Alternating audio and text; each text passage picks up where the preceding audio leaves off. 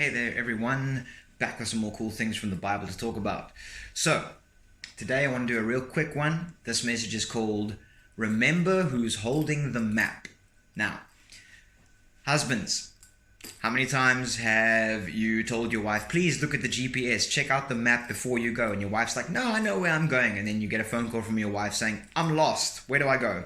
And you go, I told you to look at the map. Wives, how many times are you sitting with the map in front of you, telling your husband where to go, but he argues with you, no, he knows a better way. And then you end up late or lost, and you think to yourself, why didn't he just listen to me? I'm holding the map.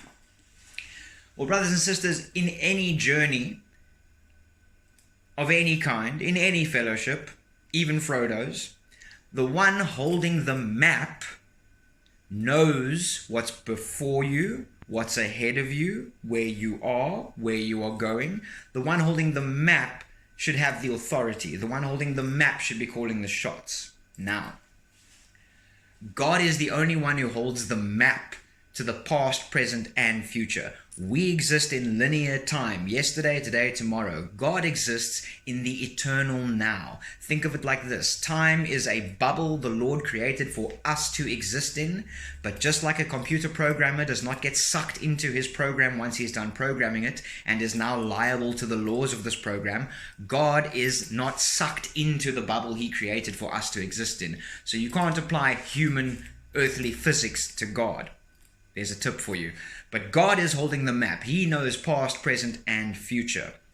Us as humans, we sometimes have a fear response. Something happens in our lives and we start panicking and no. That is exactly when you need to pick up the shield of faith and remind yourself that God has the map. Our natural instinct has become afraid and panic, but in the original design, your natural instinct was to go directly to God with everything. So your first response to calamity should not be panic, it should be prayer. Now let's look at Joseph. Joseph was sold into slavery by his brothers. He then became a slave in an Egyptian household. He then got falsely accused of a crime. He then ended up in prison. And at this point, I'm sure this dude is thinking, what have I done that God hates me so much? But after all that suffering and after all that turmoil, Joseph is lifted out of that prison and becomes the most powerful man in Egypt next to Pharaoh. Both the Egyptians, all the neighboring nations, as well as his own people who rejected him, Israel, are saved because of the position of authority that he was in. Joseph couldn't see the map and he panicked, but he kept his faith in the Lord, and the Lord came through because he has the map.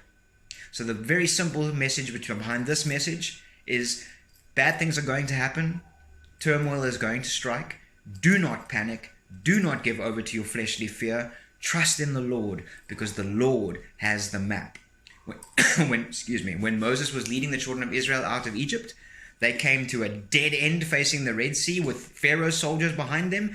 All of Israel started panicking. Oh, what are we going to do now, Mr. Miracle Man? How are you going to get us over this sea now? Immediately, everything they saw, all the miracles they witnessed, became as nothing to them because they were blinded by fear. But Moses trusted God, so he raised his staff. And because of the movies, we think that he put his staff down and boom, the sea parted. But go and read the Bible again. He stood there for a good few hours with that staff raised, having faith, to the point where his brothers had to come and, his spiritual brothers had to come and help him hold his arms up. But because of the faith and because of trusting the fact that God had a plan, they saw God's plan. The sea parted and they moved through. Why? Because God has the map. So I could go on and on and on. There's plenty of examples in the Bible of this. I'm sure David didn't know what was going on when he was thrown out of his own kingdom and hiding in the wilderness, but he trusted in God.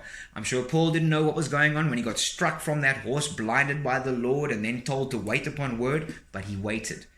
God has the map, not us. Trust in God. He will not lead you astray.